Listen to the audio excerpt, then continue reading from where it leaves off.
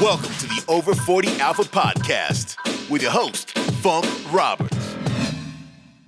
We are live, and welcome to the Over 40 Alpha Podcast. This is episode number 124, and I'm your host, Funk Roberts, former professional athlete turned online fitness expert, and known around the world as a guy who helps men in their 40s, 50s, 60s, and beyond completely transform their body through naturally increasing testosterone, through mindset, nutrition, workouts, recovery, and everything around men's health. And welcome to today's episode, because I'm excited about this episode. This is a phenomenal episode because today we're going to talk about HGH, baby. We're going to talk about human growth hormones. And I'm excited because although hormone, I am a hormone specialist. I talk about hormones, but I don't necessarily give enough love to HGH. And that may be because HGH has a different connotation to it, right? Like when you think HGH, you just think bodybuilding, you think drugs, you think steroids, but that's not the case because we've been striving for longevity since the beginning of time, right? We want to live as long as we can. And human growth hormones, HGH, which our bodies did naturally produce when we were younger, but tend to decrease, is one of the ways that we can age gracefully. We can prolong our, in quotations, fountain of youth. But once again, that thinking about the cost, thinking about injecting growth hormones is not something that is very feasible nor really attractive for anybody. But today on the podcast, I have Dustin Baker, and it's so amazing because Dustin Baker, this is his wheelhouse, right? He's the president of a company called BioProtein Technology. In fact, for those who are listening, I am holding up my first box of 28 daily vials of his BioProtein concoction. I'm not going to tell you what it is. You're going to have to listen, but I've already taken two. I love it so far. This is Bio. He's created this with years of experience. And he's been working with world-class athletes, professional athletes, trusted physicians, international private security people, military personnel, and fitness experts to help them maximize not only their physical attributes, but most importantly, their physiological, that's the same, and cognitive potential, right? And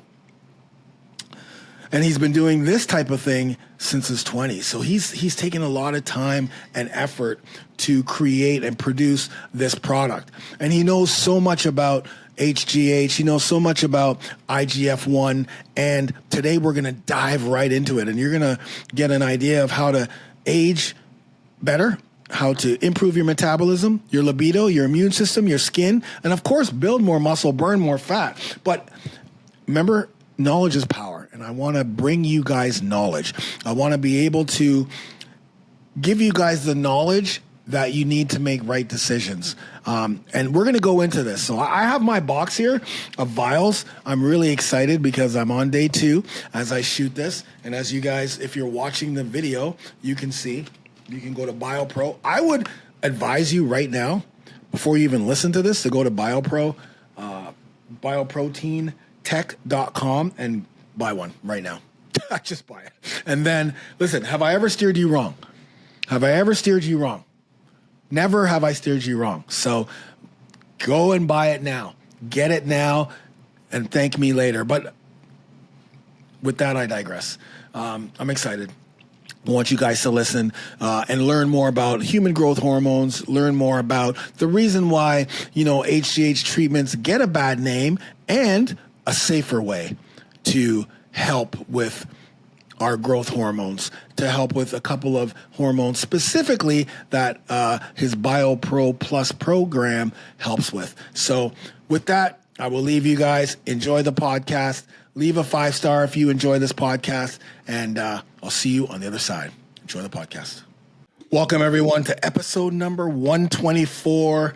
And again, I'm your host, Funk Roberts. I'm really excited today because, I'm massive in regards to hormones, right? Like, hormone specialist, helping you guys naturally increase your testosterone levels. I talk about cortisol. I talk about estrogen. I'm always dancing around a lot of those. But one hormone that I don't give enough love to, which I should, and I'm lucky today to have someone who will, is human growth hormone. And I think because that stigma of HGH is more for the muscle builders. That's what the thought is, but it actually isn't. And today I'm excited because today I have the president of BioProtein Technology and creator of BioPro Plus, Dustin Baker, on the podcast. And we are going to break down HGH. Welcome, my brother. How are you? I'm very well. That was a phenomenal intro, and 124 is my favorite number, so it's weird that you picked that. Look at this, right? Right? This is what we're doing here. This is what we're doing. So let's first of all, before we dive in, let me ask you where your origin story. How'd you get to where you are today? The origin story. Yes, for sure. Yeah. I find that I work every time somebody asks me that and how I can shorten it up but yet make it impactful at the same time. But my business partner, well, people ask me that all the time, right? Like, how did you get into this, dude? And my business partner, he's like, dude, just tell people it chose you, because it did. I did not go to school for this. I did not. It wasn't some passion of mine as a young child. My parents were not involved. My family has nothing to do with medicine or science or human performance or anything. So it was, that was probably one of the least paths that I would have ever have taken. But as I just stated, it chose me. I fell in love with health and fitness as a life-changing event in my early 20s, as opposed to the lifestyle I was living, which was pretty awful, terrible, unhealthy, and leading to, death, destruction, and all the awful things. Someone gave me the gift of fitness and delayed gratification and something to work for and a purpose, I would say. And that was pretty much the inception and spark of where I am today. That one workout that gentleman took me through, and he's one of my best friends. He's one of my good friends to this day. It really set a chain reaction of improving my own personal health, my own personal purpose, my own personal worldview on how to approach health, fitness, physical performance, athletic performance, workout recovery, etc. And it led me through a plethora of different careers of owning my own fitness facility, my own methodology, working with individuals in professional athletics, collegiate athletics, the NFL, CFL, and through all of those different ventures, I was always utilizing these formulas that a small company in Florida was making. It was made by two brothers. I mean, they were just they were making this stuff in a facility that was probably no more than 10,000 square feet, little lab, clean rooms, pumping this stuff out, but really just a regional small company. And I would use these products through sports, fitness, just day-to-day use for people 35 and over. 44 was like our typical age, and they always seem to work. And one thing leads to another, and we just believed in them so much that myself and my now business partner decided to acquire the company and then build it to reach every individual we think it can help across the United States and now internationally. Now we're on every continent other than Antarctica, and I think we've shipped to over 40 countries now. So I know that's kind of vague and all over the place, but it's like, how do you pack in 20 years of whatever in 3.5 minutes? Yeah, that's impressive. So where are you from? Like, where did you grow up? I grew up in Tampa, Florida. Okay. I was born in Grand Rapids, Michigan, if anybody knows what that is. I know I used to play on the, was it EVP? I used to play professional beach volleyball and indoor volleyball, but I used to play on the Michigan tour. Oh. So Grand Rapids, that whole tour. Volleyball, I didn't know that. My whole claim to fame in my late 20s was I did charity volleyball tournament every year for a previous career that was like I lived my whole life for that event. So that's funny that you did that too. Yeah. I never played volleyball before it, though. It was just a charity event for models and celebrities in Miami. Thought it was. You know what? You and I have probably seen each other because I used to go down there and play with Derek Hebner was a guy that used to take me down to, what was it, Model Palooza or something like that, I think it was called, or Volley Palooza? Is that what it was? I played in an event called Model Beach Volleyball. And it was, I mean, it was a big event down there. This is insane. I had no idea. I mean, that's crazy, but it is a small world, man. And like minds think alike, and you end up in the same places. So I can't say that I'm surprised, but I can at the same time. Weird, very weird. But all right, I knew I was excited for this show for some reason. I would love to live in my glory days, years ago. But so I grew up and then I kind of got shipped back and forth. So I grew up in a single parent household. I grew up with my mother. My grandmother and my mother raised me. I had two siblings, but my father lived in Grand Rapids, so I get shipped back and forth. A very common story in the United States, right? You got two separate parents, you shipped back and forth.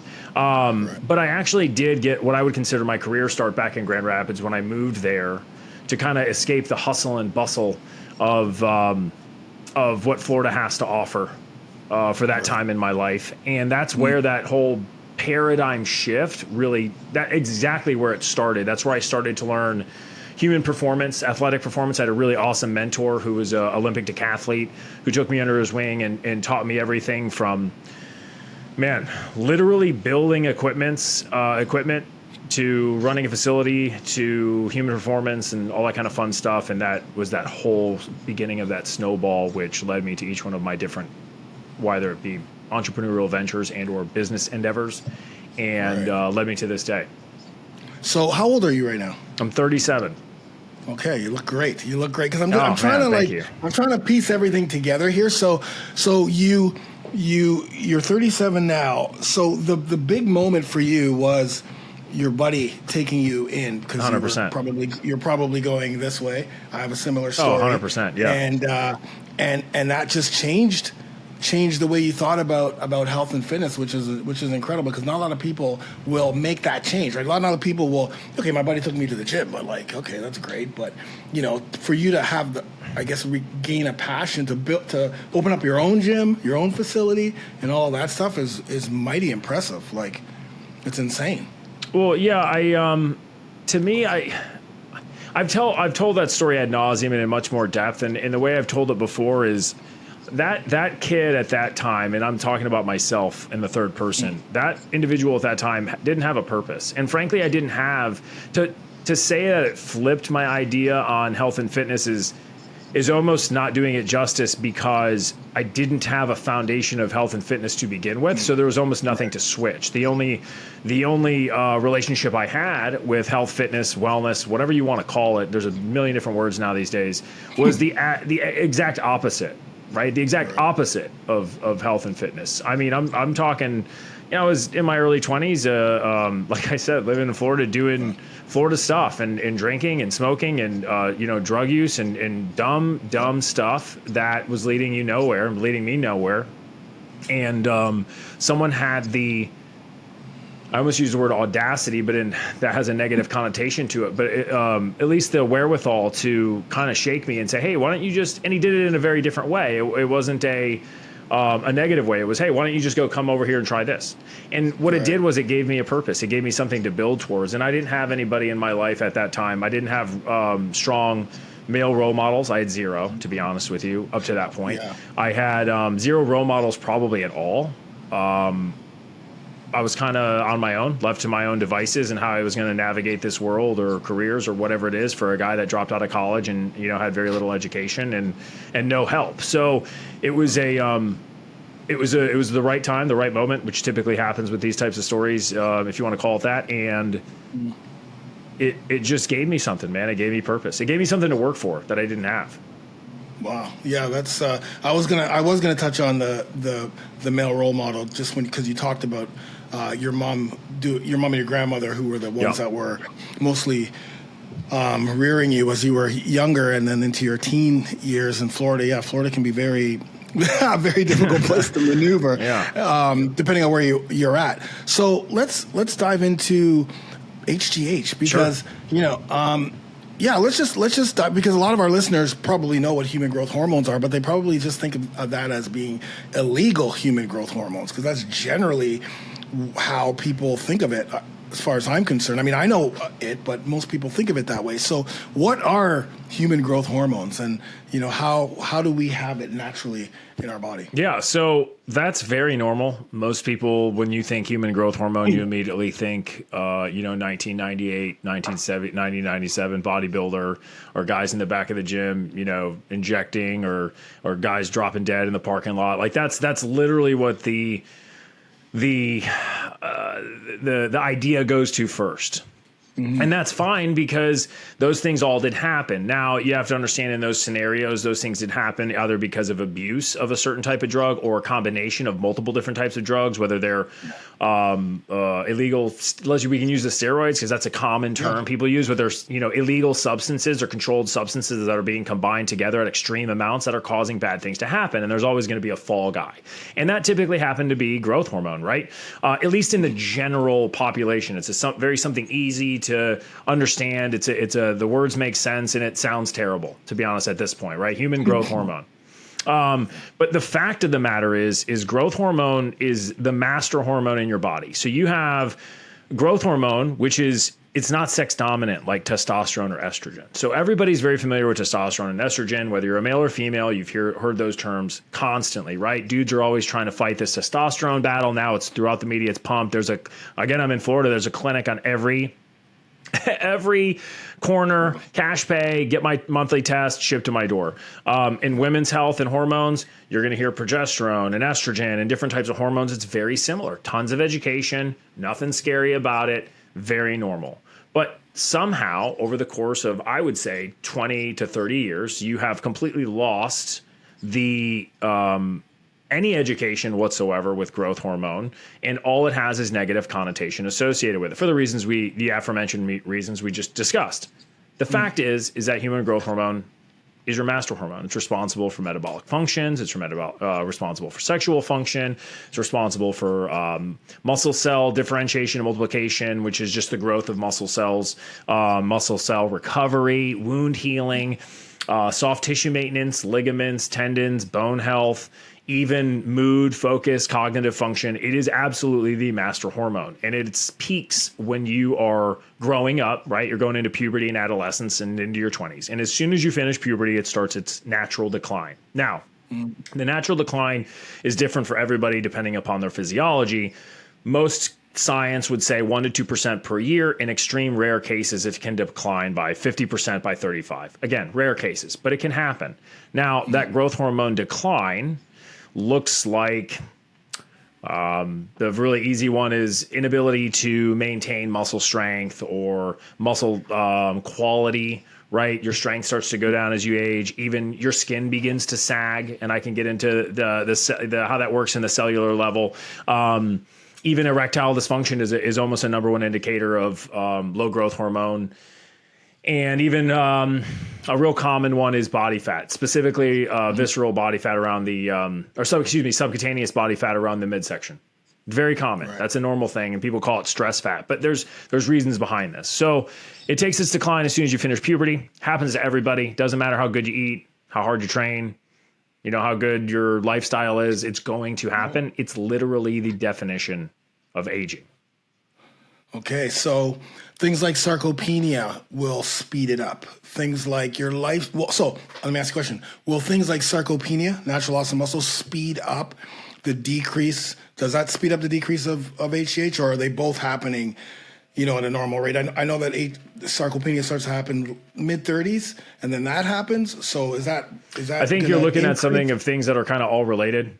Okay. Along with declines, or we'll use the term imbalances only because I want to make it not only just men, and I want to talk about both men and women, but we'll use the term hormonal imbalance, even though that can be a misleading term. But what I would say is it's kind of an all-encompassing effect of certain hormone decreasing as you age. You got to understand hormones are simply chemical catalysts. Okay. They're a chemical your brain, certain parts of your brain spit out into your blood. They get converted into other things like cell signals, and cell signals tell your cells what to do. So when we talked about multiplication and differentiation, we're talking about when you trigger a cell to multiply, it's reproducing. Okay. But cells die off every single second.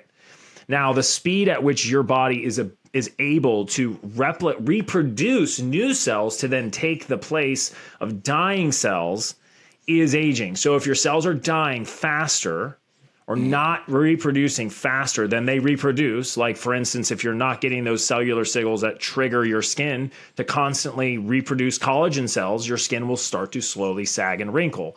That is the definition of aging. So when you're talking about those multiple different things, you're talking about a kind of an all-encompassing, it all kind of happens at once, right? Yeah. So we work, my job, and literally what I do in my life for personal, and I'm sure we all do, is we look at things we can do to offset that decline. We're all going to die, and that sucks, but it is what it is. But we can at least live the best life we can. And you know, they talk about the term longevity, but we can at least do what we can to maybe delay the time a little bit or look and feel better while we're here on Earth, right? I mean, why wouldn't I want to do that? 100%. I mean, the reason why I said sarcopenia is because you can fight sarcopenia by like starting to build muscle. You can slow that down. That's why I didn't know if HGH was kind of similar. Well, muscle mass, man, and I just heard about a study, and I'm not going to be able to cite it for you because I don't remember the term and the name and exactly where I can send it, and people get upset when you don't do that, but it is what it is. There's a lot of studies, especially related to a new one came out with cancer, is the rates of cancer are lower in people who have a larger amount of lean muscle mass. Now that can translate to a lot of other things because your muscles spur the creation of different, the amount of muscle mass actually spurs the amount of creation of other hormones as well. So it's like this huge ecosystem of everything. It's like an internal combustion engine, like the engine in your car. Everything has to work. And everything has to be well oiled and maintained. If one valve, which lets fuel and air in or lets it out, okay, if one valve stem breaks or bends, your whole engine within the next few miles of that happening will shut down. It has nothing to do with the cylinder. The cylinder's fine. But if that valve stem bends and doesn't allow the right intake of fuel and air, the whole thing's going to shut down. So it's as a relationship, if all these things are maintained, yes, you're going to offset negative impact longer than somebody who doesn't, right? I mean, and the studies clearly would agree with that, especially with related to muscle mass, which was my whole point. I apologize for going on a tangent. This is not a tangent because, the education is so important because the guys, they don't know this stuff. Men don't know about testosterone.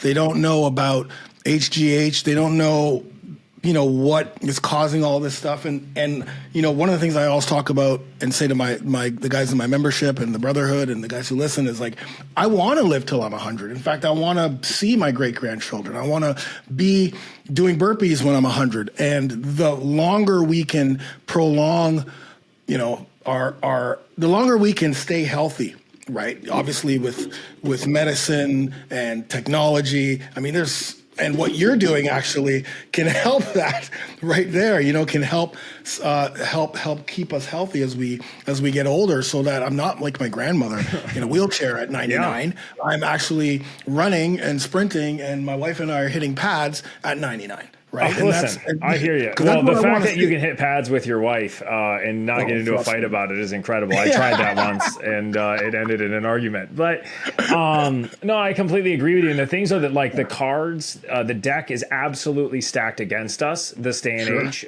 for a lot of things that are outside of our control, whether it be environmental factors, ingredients in the food, etc. So I mean, clearly we're going to agree on a lot of this stuff. I couldn't agree any more with you about education and understanding. And what's insane is one of the parts of my job is to travel to different parts of the country to different events and actually educate physicians on growth hormone because they don't actually know anything about it anymore, which is insane. And the number one thing, here's a good Instagram hook for you, but the number one thing that physicians miss on blood panels is IGF-1, blood serum IGF-1 levels, which is the direct end result of human growth hormone. So human growth hormone, you can't even trace like you can testosterone because it's a pulsating hormone.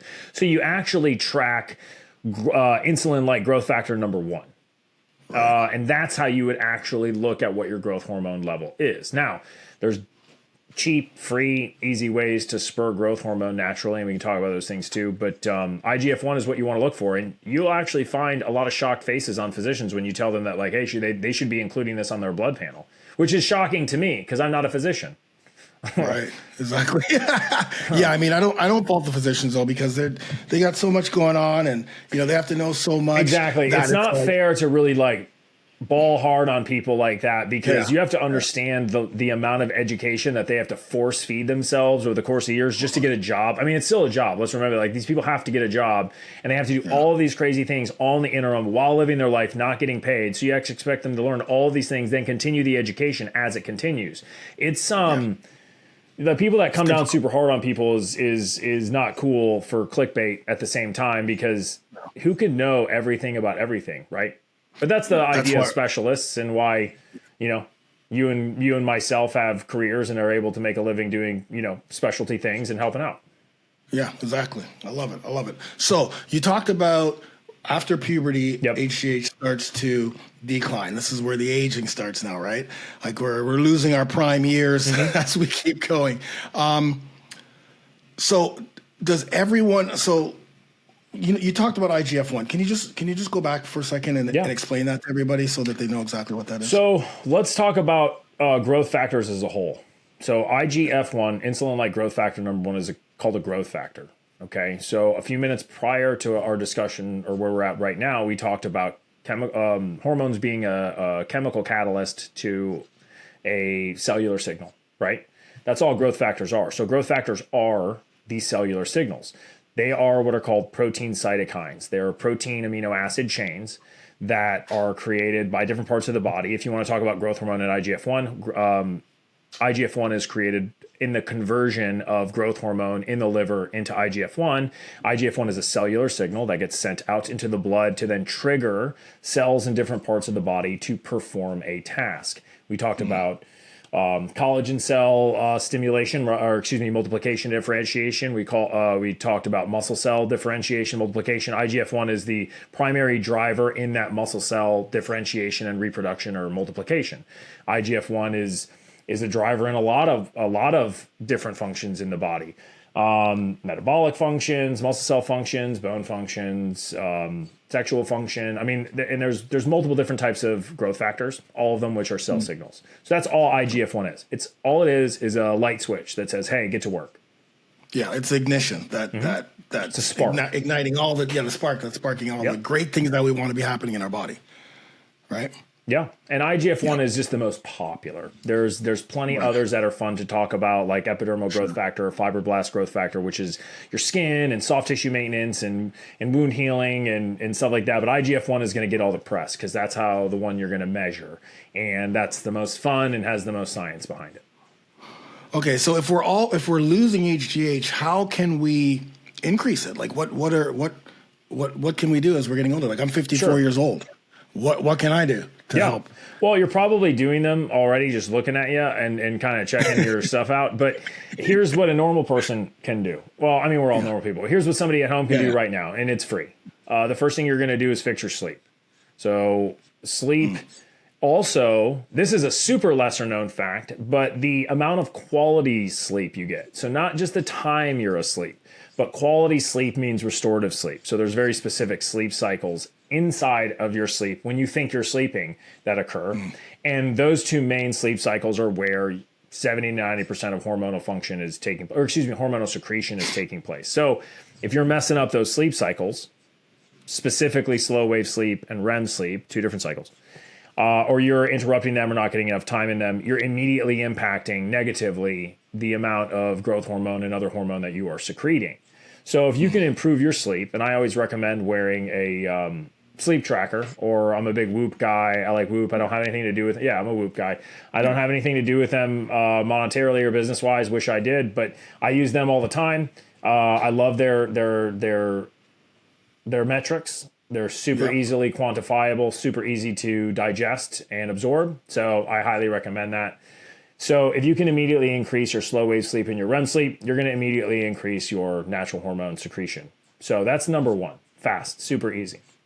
but seemingly the hardest one to do, apparently. I would say people getting the right amount of sleep and better sleep, you're going to find is harder to probably get people to do than even eat well, which is a massive claim, and I'm willing to make that claim and stand by it. The second one, which we just mentioned, which is nutrition, right? In this day and age, there's all kinds of different endocrine disruptors that are added to food, whether those are food dyes or preservatives. Let's keep it real simple. I'm not a nutritionist, so I don't want to get super deep into that. But if you just maintain, and this is going to sound like, well, yeah, I knew that. Okay, well, then just do it, because most people don't. But if you just maintain to, stick into the, people say this, but stick into the outside of the grocery aisle and stick into your meats, your fruits, your vegetables, and the appropriate carbohydrates in the right amounts and at the right timing, that's a huge win. You're going to see your entire life change, right? Again, very difficult for people to do. My own personal tip: invest in some sort of tracking system and some sort of professional to tell you what to do, get a good schedule together, and just execute. Don't make it hard. It's really good to measure food, and I know you tell everybody this, but sometimes it's good from a third party to say it as well. But it's really good to just commit to 60 to 90 days of actually measuring food appropriate for your body type and your energy output level. After 90 days, you should have a really good idea of what that looks like, what it feels like, what food actually look like in the correct portions, and you can just live your life. But like any good investment, you got to put time or money in the investment up front, or both, and you got to commit to it. That being said, the third one is exercise. Now, we all know that the science is going to tell you, we just talked about muscle mass, increasing actual lean, dense muscle mass is always going to benefit you in any type of health venture, okay? I don't know that there's any study that could prove the opposite, and if you do find one, I'd be happy to look at it. However, I don't believe anybody's ever sent me anything like that or even seen anything like that. But high-intensity interval training, so extreme bouts of energy at 70 to 80% of your output, if you want to push it, maybe 90, for a specific amount of time with equal or equivalent amount of rest following that movement for X amount of minutes, 15, 25, 30 minutes at best, is scientifically proven to increase and actually spur growth hormone production. Because remember, growth hormone is a pulsating hormone. You can spur its creation. So you can actually do that through high-intensity interval training, which I know you know tons about, and you can help people through that too. Again, time and investment, right? You got one of two things. You can invest the time to learn how to do those things, or you can invest your money and have someone teach you how to do it, or a mixture of both. That's every business venture ever, and everything that's worth anything is a time or money investment. So those are the three things you can do. Free, easy, cheap, works fast, or if you want to speed up the results, you can pay an expert to teach you how to do that and get you the results faster. That's typically how that works. Yeah, I mean, that's pretty much how to stay healthy right there. The three biggest things. It's like, and I don't, listen, I've changed my mindset because I've been helping men over 40 for the last 6 years, and we do coaching calls every single week. So, and they ask questions as well every week. So I'm answering questions on video. So over the last 4 or 5 years, I've answered thousands of questions, and through our coaching calls that we have. So I understand, like, it's not, people think that, well, nutrition's easy. You just eat healthy, or you just don't put this in your mouth, or like you said, you just walk around the outside of the aisles. But man, these guys don't know that. They just don't know. They don't know, well, because there's so much information out there. There's so many diets and restrictive diets, and then this guy's doing this diet, and then this person you listens to is doing this diet, and it's a crazy diet. But you got to remember that this guy's crazy and he does extreme things. So even though he's the most popular guy in the world and I love him, you don't follow what he does because he's going to go to the extreme.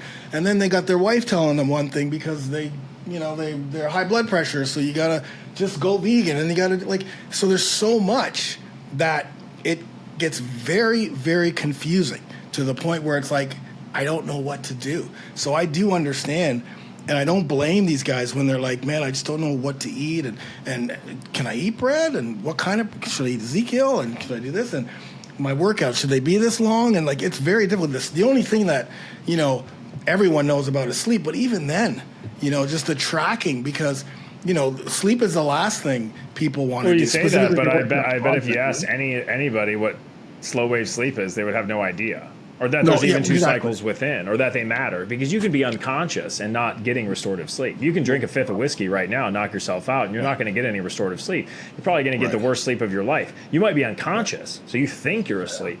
That's why a lot of times when you go out drinking and you wake up the next day and you feel like trash, you're like, oh, I slept like 12 hours. You didn't actually sleep. You were rendered unconscious, which is the same issue with a lot of sleep drugs. Exactly. Yes. So yeah, 100%. And I love that you said that. I love that you said that. I love that you said that. So it's like it is not as easy as people think. But when you're armed with the information, then it's about taking that action. And so all the things you said here mentioned sleep, nutrition, the workouts, the exercise. I mean, these guys have heard it, and people who are now listening are hearing it again, and some for the first time. So let's get back into HGH. Yeah, let's do it. Let's. How do we? Okay, so now I want to dive into like the manufactured. You know, let's get into the. I don't know if it's the deep stuff, but you know, like where can you get treatments? Because now there's treatments that people can go and get. Sure. Right. So, and how did that get such a bad name when it comes to treatments? When it comes to manufactured. We can go. So I'll answer one of those at a time, and please, if I go off, feel free to just interrupt me and reel me back in. But so growth hormone originally was created, and now we're talking about the synthetic stuff. We're not going to talk about. We're past talking about your natural growth hormone secretion. So let's say HGH. We'll just use HGH as the term. So HGH was created in the late 60s. I think it was 68. To treat human growth hormone deficiency syndrome, which is a clinical issue experienced in children that lack growth hormone, or either entirely or at a very small amount. So they cannot grow, their bones are not growing, they're all kinds of different issues are going to spur from that, okay? So what they started doing was they started sucking this stuff out of cadavers, so dead bodies. And then they would then treat patients with it. Now, the drug works really great. HGH works great. It absolutely works, okay? It does come with a ton of potential side effects, but it does work. And no one's here is saying it doesn't work, okay? So they started making it with recombinant DNA. So you make it in a petri dish, you use DNA, the DNA spits it out as a byproduct, you suck it out, and then you can, it goes through the synthesis process, and you can inject it as a human being as a hormone replacement. So you have two uses for at a very high level, 30,000 foot, probably 50,000 foot, very high level, which is growth hormone deficiency syndrome and a hormone replacement therapy, an HRT. So for aesthetic purposes, performance purposes, feel-good purposes. And that was awesome for a long time, okay? It was a normal drug. It was no big deal. It absolutely works for what it's being used for when used appropriately at the correct dosing schedules, et cetera. But like anything that works, typically people will take it and abuse it. That's just the way that it happens. So then you get into the 90s, it's very popular. Because why? Well, in the 90s and late 80s, you had really fitness became popular. It wasn't a big popular thing in the 70s, right? I didn't grow up in the 70s, but I've been around long enough and heard enough shows and TV.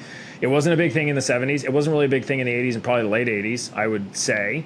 So late 80s. Yeah, so then you go into the 90s. Well, if fitness is really popular, well, fitness people are going to want things to make them better at fitness. So you start getting your hands on drugs like growth hormone. Now, this happens in the medical industry all the time, and I'll use a very relevant today's story after this, which is you find something that works really great, and then you have doctors that start prescribing it at what's called off-label, meaning you are using a drug to treat something it was not intended to be treated for, or used for, other than its intended purpose. So if this drug growth hormone was created and intended for use for human growth hormone deficiency syndrome, now it's what it was approved for. Now it's being used for performance enhancement, anti-aging, skin, all kinds of good stuff. Again, works for both, okay?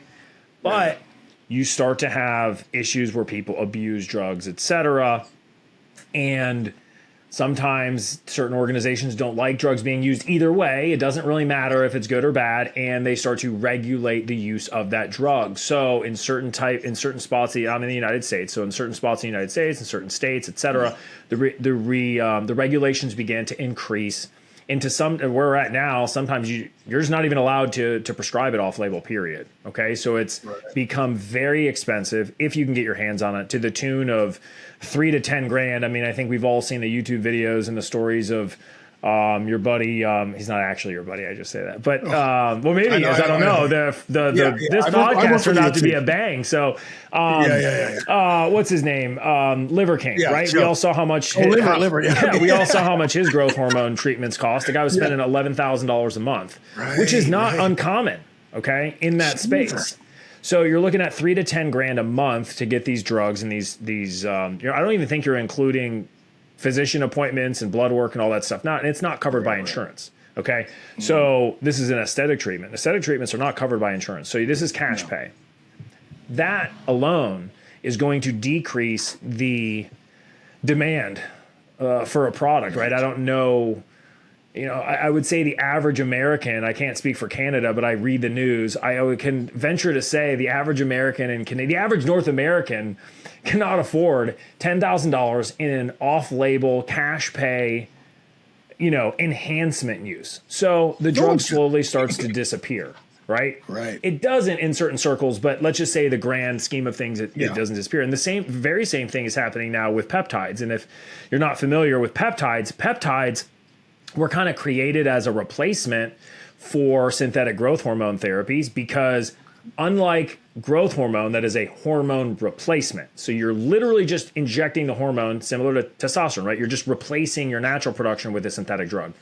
Peptides came in and they began the process of what I call manipulation of glandular function. So they stimulate.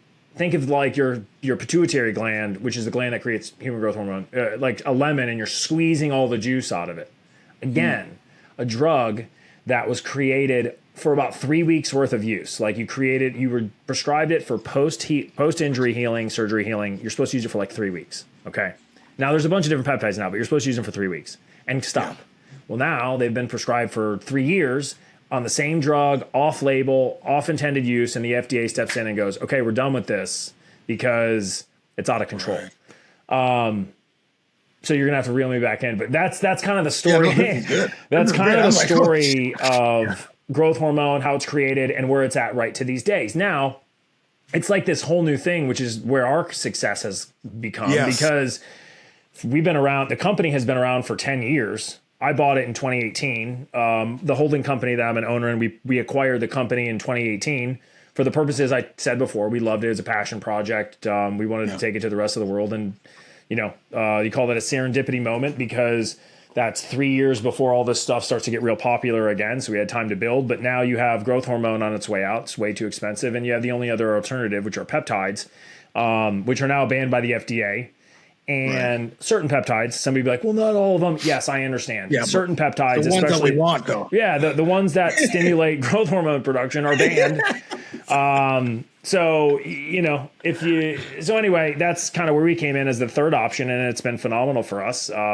It's sad to hear that certain physicians are real upset about peptides being taken away, but I think that's the natural course of things at this time and juncture in the medical community, that a lot of these things have a really big heyday and then are taken away. So I don't know what to tell you, but that's, that has part and parcel been part of our recent, I would say, in the last 24 month success of our products.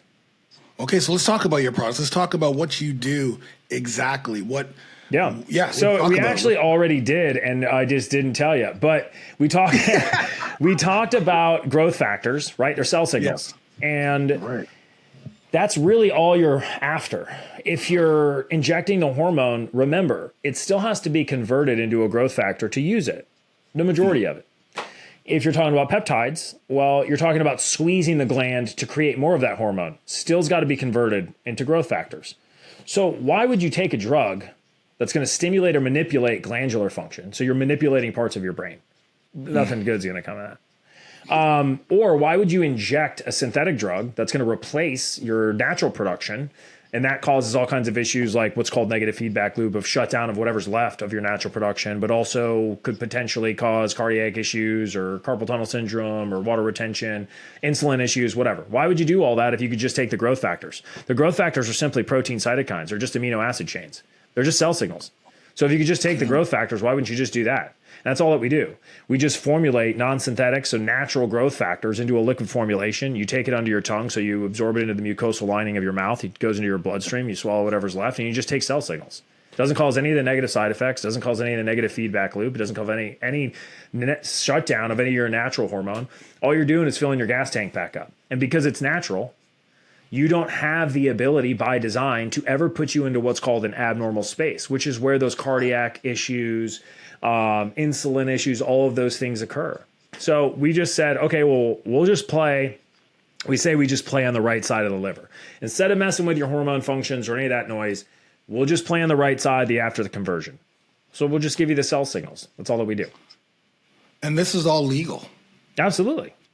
Yeah. Okay. No, because people are going to ask that question. Because again, it's as so soon as you hear factor, HGH, IGF, peptide, like everyone's just like, oh, is it, you know what I mean? So, because for me, I'm everything I do with these guys is all natural, right? How to naturally increase testosterone. I hear you. I'm the same way. I mean? So I don't take any needle. I don't take any test. Yeah. I mean, and I think everybody I know is on testosterone. I don't take anything. I'm 37 years old. My blood's phenomenal. I've been taking my own sauce for years, and I don't know. I feel like I look okay, and I feel I feel fine. Just ordered it, and yeah, we can talk about that too. But yeah, I mean, it's very simple, and the science supports what we're doing. And frankly, I hate saying this because I would love to be some big innovator and some industry disruptor and say like I created all this stuff, but I didn't. This is decades of science of the way that the extraction is done from the materials that are used that have been done in Asia for years. In fact, right around the same time, they were doing the same stuff in the late 60s for Chinese and Russian Olympians, right? That's the whole thing. What you're doing is you're extracting natural growth factors out of another mammal and you're taking them into a human being, which are molecularly identical. So it doesn't change any of your physiology and it doesn't manipulate or do anything to your physiology. You're just adding more sparks to the fire. I don't even know if that's a good term, but we talked about sparks and cell signals, but you're just adding more sparks where there weren't any before. Okay, so why would I want to? What is this going to do for me? What is this going to do for the person listening right now? If I take this for a month or 2 months or 3 months? What are the benefits? So we can talk overarching benefits, but most people, or excuse me, I should say this is everyone. Different things happen to different people depending upon their physiology. Because remember, a small amount of growth factors are responsible for a multitude of different bodily functions. And we use 13 different growth factors are found in our raw materials. So they do different things. We talked about one, IGF-1, but we have 13 different other ones. So 12 other ones that we haven't really covered. But for the sake of the conversation, we have seen, let's say this, the overwhelming report we get back from people who use it in the first 10 to 14 days, and these are men over the age of 35 and women actually, is your energy. Like you feel like you've been shot out of a cannon. Like it's the same thing. It's like, man, I just feel really good today. I got a lot of energy. It's always day 10 to 14. Now, I know why certain things like that happen. But that's the first couple things. Oh, the other thing, the first thing I would say in the first 72 hours for people who are experiencing these types of issues, you might see a physical change in your nether region.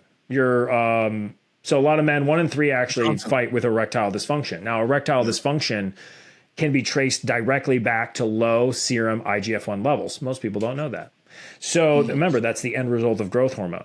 So when you are replacing that, I shouldn't say replacing, but giving yourself back those growth factors, you're going to see some immediate response. So getting morning arousal is a very normal testimonial we get back from guys in the first couple days. That's a great thing because it's a physical metric. It's a quantifiable physical metric that they can see. Now, that may not be the same for everybody because some people might not be deficient in those specific areas and it won't be as big. But for the guys that it is, it's life-changing, right? Those are two of the first things that we see. We see blood panels change. Well, most people get them done every 90 days. So you can see that. And we've seen everything from free testosterone increases, DHEA, testosterone, IGF-1 test if you're going to do a blood spot or a stool IGF-1 sample. So those 90-day things. And then physical changes, it doesn't matter what you're eating or how you're doing or whatever, but physical changes are typically going to take about 4 to 6 weeks. And why I said doesn't matter what you're doing or what it is fat cells maintain fat, and before they actually shrink, they release the fat, burn it, and actually absorb water. And then they release the water, which is your fat cells actually shrinking. There's no drug on earth that is going to speed up that process past 4 to 6 weeks. So, right. You got to actually commit to the 4 to 6 weeks. But we get a very common report of, I haven't been eating well. I've been, I have missed some of my workouts and I seem to be actually tightening up. Again, right. I have an understanding of kind of what's happening there from the biological level, but that seems to happen a lot too. We've seen blood work of thyroid improvements, which is your metabolic function. So TSH scores have improved. So if you're looking at metabolic function, that's how you would measure that. So it's been pretty cool. And there's a lot of other stuff that physicians use it for, but we like to say it's going to help fix how you perform, look, and feel, right? Your workout recovery in the gym, how you look, and more importantly, how you feel. Okay, yeah, because I'm gonna give you some things that these guys are gonna ask me 100%, and you just say yes or no. Okay. Oh, joint pain. Yeah, because they're gonna ask me, is this gonna help me with joint pain? So I can say it can. Like I can't say yes or no legally. Yes. No one can do that, right? So I can say it can or it has the ability to. Yes. Okay. Yes, so that's what we're looking for. That's what we're looking for. Would you like this is a fun game, but would you like the reasoning behind it? Yeah. Yes. Okay. These guys want to know. Okay, cool. So first one, let's start over. Okay. Joint pain. And go. Okay, joint pain. It has the ability to, yes. The research behind growth factors is overwhelmingly in favor of soft tissue maintenance, soft tissue healing, especially within it goes to like I almost said arithmetic, but arthritic conditions and osteoporosis type conditions. So bones, soft tissue ligaments, all that kind of fun stuff. Yes. That's huge. Okay. Next up, fat loss. So we just talked about it. It has the ability to. Yeah. We've seen in blood work the improving of TSH levels, which is your metabolic function. So we've shown that in blood work as well as anecdotally. I mean, if you'd like to go online and see some of our before and afters, they're pretty insane within the first 60 days. Yeah. I've seen it already. Lean muscle growth. Absolutely. It has the ability to, yes, because growth factors like IGF-1. Listen, man. I have more lawyers than I do doctors. I mean, come on, dude. It has the ability to, yes, because growth factors like IGF-1 are literally the trigger for muscle cell differentiation and multiplication. Where testosterone has the ability to grow cells, the actual single cell growth, it doesn't actually spur differentiation and multiplication, where IGF-1 is used for that. So if you're only taking TRT and you haven't addressed growth hormone, you are only thinking about half the puzzle. Next one, let's rock. Right. Okay, yeah, and listen, I'm a PR machine, man. This is all I do for a living. No, this is good, and I'm doing this because you guys all know that if obviously you have to, if you're using the Brotherhood program or any other program, these are the questions I'm asking. I'm not asking if you're going to just take it and sit there and do nothing. So you have to lift, you have to eat healthy, you have to sleep, all of those things. I always say this: there is no drug on earth that has the ability to outwork a pizza donut diet. There just isn't. And I'm not saying don't eat pizza donuts in the, when the time calls for it and you're putting in the work previous, but you get what I'm saying. 100%. Recovery. I know we talked about recovery. Yes. So has the ability to support you. Yes. That's overwhelmingly reported as guys coming back from their workouts faster. Okay. Skin. So again, has the ability to support skin and hair. So hair follicles and hair growth, again, spurred by things like IGF-1. The other two growth factors we talked about earlier, which is fibroblast growth factor and epidermal growth factor, are both for elastin in the skin. The fibroblasts in the skin and the multiplication and differentiation of things like collagen cells, which are needed to then keep plump, keep your skin looking fresh. So yes, it has the science would support that it does. And of course, we talked about the Johnson, the morning wood, which is huge, and the energy, which is even bigger. Yeah. I mean, this. Why would you? So here's the question. Let's start. For this demographic, let me just ask: can women take this? Absolutely, yeah, they surely can. Okay. So you heard it here first. Or second. Very good for women. No, very good for women.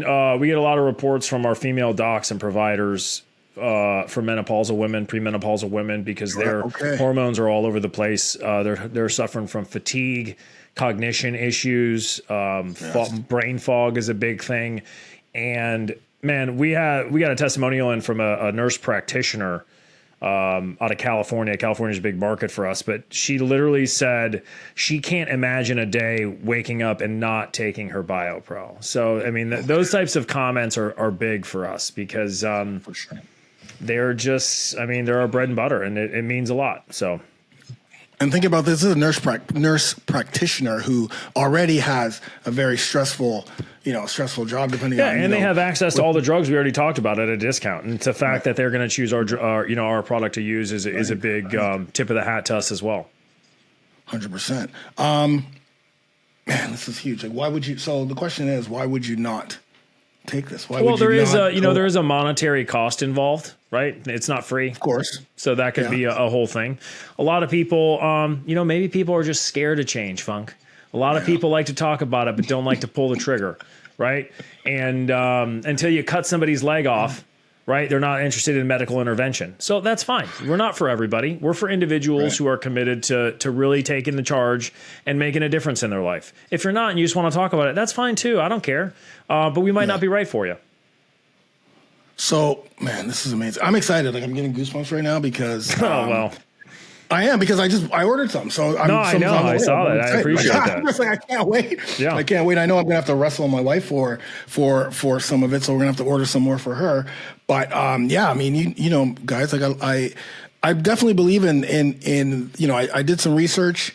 I loved having you on this podcast to explain everything and really dive into the science and research behind it and the safety of it and the efficacy of what HGH is, why we need it. And for us, as we're getting older, knowing that we need to be the pillar for our families, specifically, I always say this, we're going to become the patriarch of our families, whether we want to or not, right? So if you are someone who's sitting on the couch or, procrastinating all the time about getting healthy or starting and stopping, man, when shit hits the fan, and you're 50 years old and shit hits the fan in your family and someone dies and everyone's looking to you to do something and you have no energy or you have no drive or you don't even know what to do because your brain's fogged and you're going to be a letdown to everybody in your family. And we are literally, this is what we're going to be. So everything that we can do right now as men, specifically because it's November, to it's not even to get I don't even want to say to get a leg up, or you know what I mean, like we eat food for nutrition and to fuel our bodies. We work out to for muscle, and like we do all these things. We take BioPro plus HGH. I mean, there's somebody might. I don't know. That we get the our growth hormones back. Like you're just putting the healthy things in your body and you're getting rid of all the shit. Like that's really what it is, right? You get the stuff that's not working right now. We know that as we get older, we have a lot of physiological things that we have to deal with that happen naturally and in our lifestyle. So we just have to do what we can to stay healthy. And I love that you have this. So where can people get this? You can just you can get it at a physician that carries our products. What? Really? Yeah. So we have doctors that carry these products all over the world at this point. I mean, I think we even have a doctor in South Africa. But so you can get it at any of the clinics that offer our products, literally. Or you can get it on our website, but those are the only two places. So we don't do any third parties. Well, we're not really even allowed to, but you can't just sell this stuff on every website and everything, but we do it on our website. We build the foundation for that. And then clinics all over the country. If you want to go pick it up today and you don't want to wait on 2-day shipping, I guess you can hit us up on Instagram at BioProtein Tech, BioProtein Tech. Send us your location. We'll connect you to our clinical director or something, and they'll see if there's a clinic in your area. You can just drive up and go grab it. But so you got two choices. You can grab it from a clinic or you can grab it from us. That's amazing. Just before you go, though, I want to just touch on that fact that they're in clinics. That's extremely impressive that doctors and clinics will take this. Like, that's the power of what you're doing. Right. So like they'll actually, that's actually the history of the business. Is it was only and always provided by authorized practitioners and providers. And it wasn't until the COVID fiasco where clinics were not taking patients, or you had to like sit in your car and like all this weird stuff. And like any business, you have to figure out how to sink or swim and survive. And at that point, we had just acquired the company. I was like, okay, well, we just invested this thing. We're not gonna shut the doors. So we had to build the functionality and the foundation to offer it ourselves online for patients who either are not in the appropriate area or don't have a clinic. You know, if you're in North Dakota, I don't think we have any clinics in North Dakota. So right. It would be tough for you. And if you're a physician in North Dakota and you want to be our first, hey, you know, reach out. We'd love to have you. So, so we had to figure out how to do that. So we did. And now we do both. And actually doing that and providing a direct to patient route, direct to consumer route was actually very instrumental in growing our physician footprint as well. I mean, at this point, man, I think I said North Dakota and as a joke, but I mean, we're probably in every 50, we're probably in most all the states. I don't know about anybody in Alaska or North Dakota, but in, like I said, in countries all over the world. So it's been like really cool and lightning fast the last few years, but we got a long ways to go and we got a lot of fun stuff on the horizon as well. Man, I'm so happy I met you. I'm so happy that you're doing what you're doing. I cannot wait to get this and report back to everybody. Yeah, man, thank you so much for being on this podcast. Hey, I have a question for you, Funk. Please. So I read in your bio, you're a Muay Thai guy. Muay Thai, yes. We fought in Thailand. My wife and I. Yes. Oh, your wife. Oh, man. Yeah, my wife's the killer. What, what would you say was your least developed Muay Thai skill? So I train a few times a week myself, and I'm just curious. Right. You know, what was your Achilles heel? It would be the clinch, 100%. Really? Why is that?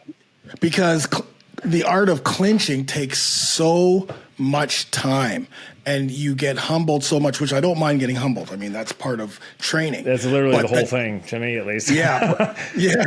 But the clinch, because the clinch is so technical, okay, and because when you're training, there's just so, like these guys in Thailand who train since they're 6 years old, I mean, their clinch game is insane. So knowing that, you know, and I had to fight a Thai, so, you know, the only thing I did as soon as he clinched up, I just grabbed below and just held on because I wasn't going to get into a clinch game.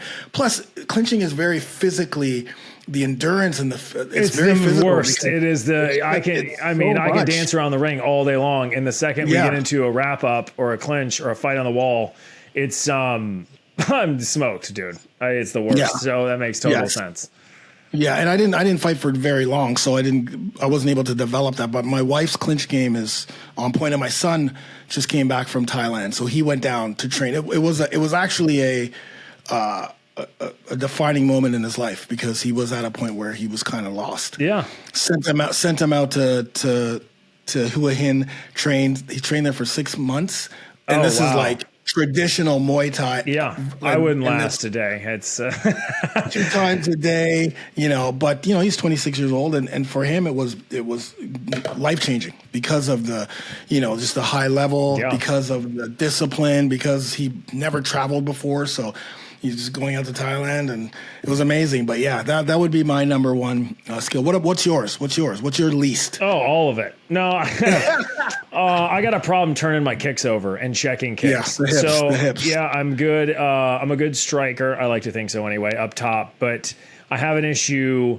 if I'm fighting anybody who can really kick. They can take me out pretty quick because I miss a lot of leg checks, and if they're lacing me, dude. I mean, when you know that, I mean, you start getting kicked enough, they add up fast. So I would say check kicks and on the offensive side, also turning those kicks over. So how long have you been training for, though? So I do Muay Thai and striking twice a week, and then so I'm more on the MMA side, but then I do like wrestling and jiu-jitsu once or twice a week. And I've been doing that since February or March. Oh, okay. Oh, you got lots of time. No, I know it's. I know I'm very, very green. It's not a new thing and stuff like that, but it's kind of my passion right now. I always find something to get involved in that like hurts. For some reason I just love doing stuff that hurts. So, but yeah, no, just a few months, but it's been a very eye-opening experience. Well, definitely go to Bang Tao in Thailand. Okay. No, I'm serious. Yeah, I'm serious. I know. It's far away, but yes, I. Yeah. Okay. Well, when you have when you can put time aside for yourself to go take some time away from the business, definitely go there because the training's great. Bang Tao is amazing. It's like a lot of UFC fighters go there. It's in a place. I know all the guys that are there too. So hit me up before you go there because I'll make sure that they take care of you. But they've got jiu-jitsu. They have wrestling. I mean, the Hickman brothers are tops in wrestling. And then they've got obviously Muay Thai, jiu-jitsu with Alex. So they have everything there in this beautiful place in Phuket, but it's in the northern part of Phuket. And I haven't even been there yet because I used to go to Tiger Muay Thai down at Fitness Street. There's a street. I think called that's where my Street. trainer. I got a coach who does all this stuff for me. I think that's where he went, and he was all excited. He's an actual pro fighter. He fights this weekend actually, but okay. But yeah, I think the Tiger thing sounds very familiar, and all his gear and stuff. So yeah, I get that. I think that sounds very familiar. Yeah. So definitely do it. It's again, it's a different experience, and your level of. I can't even imagine. It will go up. Like I went my very first time. I've been there 10 years, right? So my very first year, when I first started, I was 40 years old. This is when I first got back into Muay Thai because I was a professional athlete. I did Muay Thai when I was younger, but as an athlete, you can't do both. So at 40 or 39, I re-picked it back up. Went to Thailand, and before I left, I was green. Like it was just, I was just like, oh, you're going to go to Thailand? Oh, good luck. You got to run 5K before you train. And like everyone's telling me all this shit, right? So I'm training just to train. When I got back, they were like, oh my God, what happened to you? How'd you get so good? It's like, well, I trained twice a day, 2-3 hours, and that's all I did. I just trained twice a day every day. Like that's you just train and what eat. else are you gonna do, right? Train, eat, sleep, train, eat, sleep. It wasn't until like the last week of my trip is when I went out. But when I got back, what do you think it is? Because you said something that's very similar to myself. What do you think it is about maybe being in your late 30s or early 40s that you kind of need to pick up some sort of painful or kind of life testing hobby? I know a lot of guys go out and buy sports cars they can't afford or whatever, and then certain guys, pick up getting punched in the face. What do you think is kind of that that something happens like in your head, like and I know it's way off topic, but it's always very interesting to know. Like, what do you think that is that kind of triggers in somebody, and they're 40 years old and they're like, man, I'm going to go get kicked for fun and I'm going to pay for it? Well, so there's a couple things. So for somebody, it could be purpose. They need a new purpose because men, as we get older, we lose purpose. Specifically as we get older, which is why most guys in their 50s and 60s will buy something and kind of like maybe if they just got divorced, they'll go back to their younger girl because the kids leave the roost, right? So now you're not taking care of the kids. Your wife may have left you or it may be a little bit, there may not be seeing eye to eye. So now that's gone. And then you're getting closer. I mean, now the age of retirement is much older, but back in the day, Freedom 55 was 55 and you're gone. They're kicking you out and giving you your pension or whatever it is. And then now what do you do, right? So it made sense at 55 and 60, you're seeing all these guys in the sports car because there's no purpose anymore. There's no one around. There's nothing for them to do. Now, for me, because I was an athlete before and I retired, I missed that. I missed the learning. I missed pushing myself. I missed being uncomfortable. Like I think those type of people who pick that stuff up like that uncomfortableness, like to test themselves, like that challenge, right? Because it's not for everybody. And then there's other people who may not think they like it, but then Muay Thai is a funny thing because I used to do retreats. Right, so I used to do retreats in Thailand, and one of the things that we would do is Muay Thai would be one of the days, a fitness retreat, right? And these guys, so you see guys who never picked up gloves at all, ever. And then they start hitting gloves, and for the rest of the retreat, they always have a private because we're men, right? There's that instinct of like that primal instinct, and it just reinvigorates that inside. I think that's what it is. And then they're just like, man, I can actually do this. It's hard, it's tough, but I like it.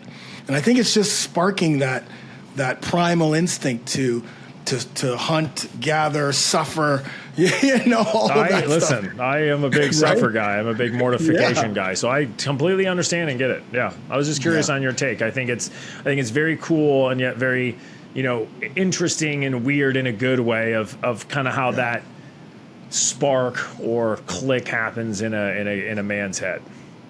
Yeah, and I think for you, definitely, as you continue to get older, you're going to continue to find things to challenge yourself. Because I can I can see it now. Like I'm always trying to challenge. I'm okay. What's next? Okay, I'm going to Harvard now.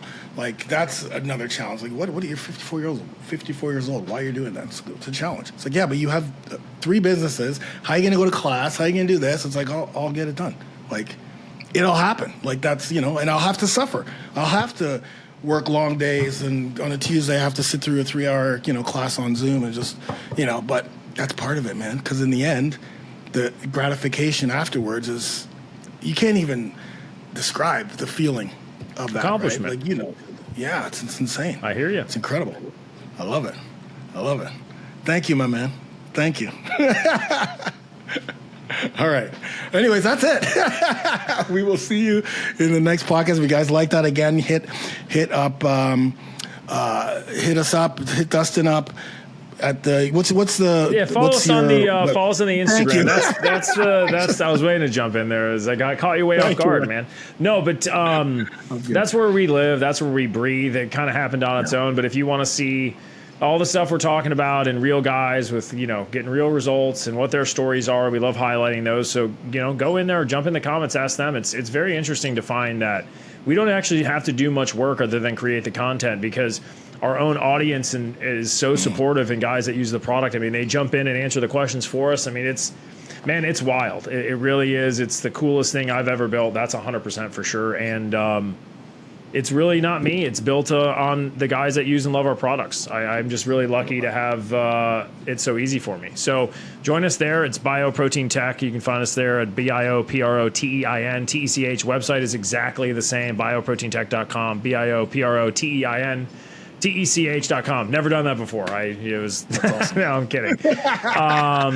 Yeah, that's what's up. We'd love to have you guys and join the team. Yeah, for sure. Well, I'll be there. So thanks so much for being on the podcast, and we'll talk to you soon.